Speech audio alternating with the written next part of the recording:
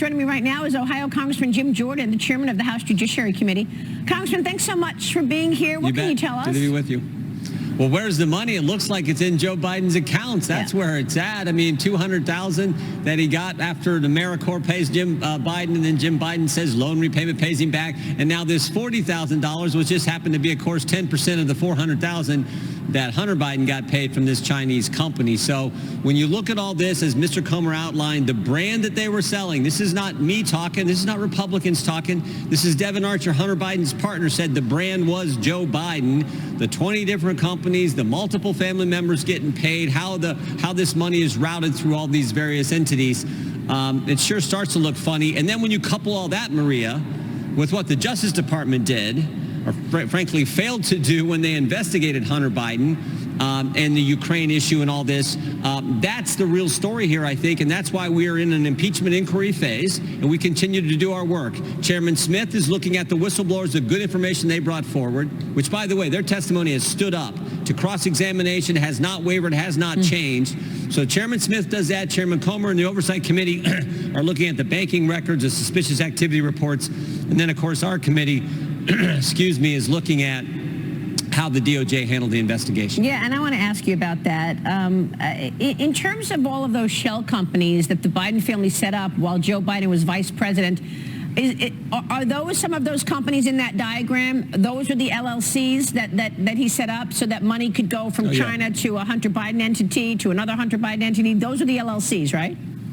Yeah, those are some of the multiple, Owasco is one of them, the Red Line, all these different companies they set up that they move money around, through and around. That's all part of this scheme that they had, it looks like, part of their influence peddling and everything else. So Chairman, let me get your take on how this was done, because if James Comer and yourself and Jason Smith have been able to get these bank records, and you have a clear line in terms of money coming from a foreign adversary, China, going to Hunter Biden accounts, ultimately making it to Joe Biden's account, how come the DOJ didn't have that? I mean, you've got these bank records. Should we assume that the DOJ knew all of this and just blew it off?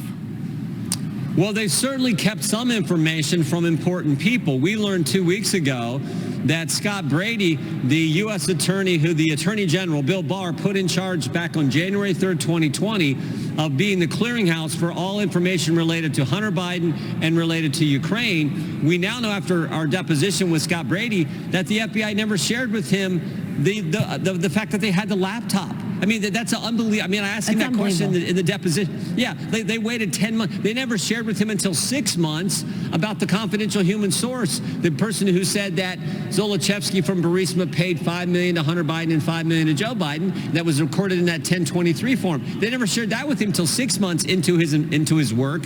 So they kept things from, they slow-walked everything. So on one hand, you have the Justice Department, which we learned last week was spying on Capitol Hill staffers, Republican staffers. The Justice Department that said parents were terrorists. The Justice Department that said pro-life Catholics were extremists. And then on the other hand, you have that same Justice Department who's slow-walking the Hunter Biden investigation and keeping valuable information from Scott Brady, the U.S. attorney put in charge by the Attorney General of the United States. So that's the stuff we're looking at. This is all so stunning, Congressman. I mean, Hunter Biden's lawyer actually served Attorney General Merrick Garland with a subpoena as part of his lawsuit against the IRS. He claims he's going to sue the IRS for getting all this information. It happens after a top DOJ tax official reportedly told your committee that Hunter Biden prosecutor David Weiss was not allowed to bring charges against the first son without speaking to the tax division first. You've also sent a letter to the Director of National Intelligence, Avril Haines, demanding to know why the intelligence community obstructed Senators Chuck Grassley and Ron Johnson's investigation, claiming that they were advancing Russian disinformation. So this is all connected. Last week, Grassley revealed that the FBI has received information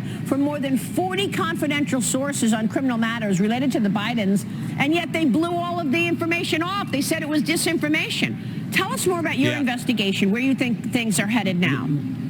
We're looking into all that, plus Jason Foster, who worked for Senator Grassley, was spied on by the Justice Department. They got his phone records. He learned this because Google, one of the carriers, had the Justice Department subpoena them for the phone records of a key staffer for Senator Grassley. So while he's trying to investigate this, while they're giving him this briefing that he said was ridiculous, while all this is going on, they're also spying on his staffer who was looking into how the Justice Department ran the whole Crossfire Hurricane investigation. So we want to get answers to all that. We want to know who else did they spy on? What other staffers? Was it other members that they were looking at their phone records or their email records? Was it personal? Was it just their government phone or their government computer? We want to know that information, so that's why we've sent the letters to the various folks, including the carriers, including Google, Verizon, and the other carriers who would have been subpoenaed by the government back at that time. Oh, how do your colleagues on the left deal with this? I mean, can they all just, make believe this is not going on? I mean, we see drip, drip, drip of evidence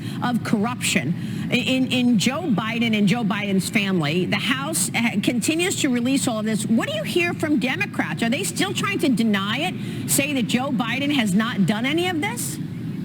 No, good question, Maria. We'll see if they're going to be helpful, particularly now that the FISA 702 part of the FISA program has to be reauthorized by the end of this year. So we are actually working with some Democrats who, still believe in the First Amendment, still believe in the Constitution on safeguards we want to put in place dealing with the FISA law. So we'll see. I think there are some Democrats who are going to work with us who understand that the FISA system has certainly been abused. Now, they may not look at all the stuff we just talked about in the same way you and I do, but I do think there's an understanding from many Democrats that we need to reform the FISA law. So we're trying to work with them over the next couple months as we reauthorize that program. So where does the impeachment inquiry stand then? I mean, between the dereliction of duty at the southern border to outright corruption in our faces, do you think the impeachment inquiry is going to lead to an official impeachment?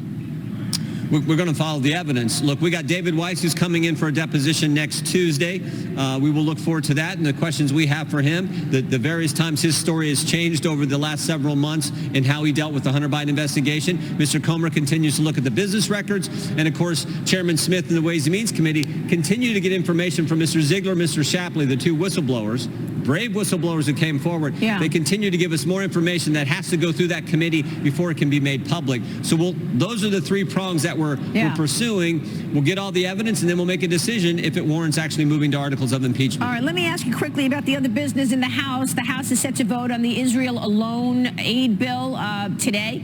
The nonpartisan Congressional Budget Office says that the $14 billion bill would add nearly $27 billion to the deficit, saying that, cuts to the IRS would decrease the collection on taxes. Here's Speaker Johnson's reaction to the CBO score. Watch.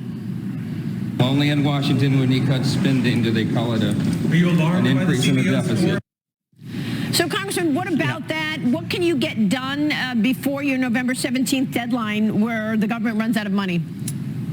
Well, Mike's exactly right. CBO says that, somehow this is going to cost. Add to the deficit. You got to be kidding me. We're scaling back government. That's somehow going to cost. So I just don't buy that. Second, we do need to help our dearest and closest ally, the state of Israel. I'm all for this package, and I'm for the way Mike has done it. The Speaker's done it, separated out from Ukraine and other issues. Let's focus on helping Israel right now. Let's get that done today or tomorrow while we're in session this week. And then let's move on to the other issues we got to deal with, particularly the biggest issue on the minds of the American people is the border, the fact that we no longer have a border. Yeah. So let's focus on that issue as we move forward, and that's exactly what Speaker Johnson, who I think is off to just a tremendous start, I think that's exactly what he wants to do. Great. Congressman, it's good to see you this morning. Thanks so much.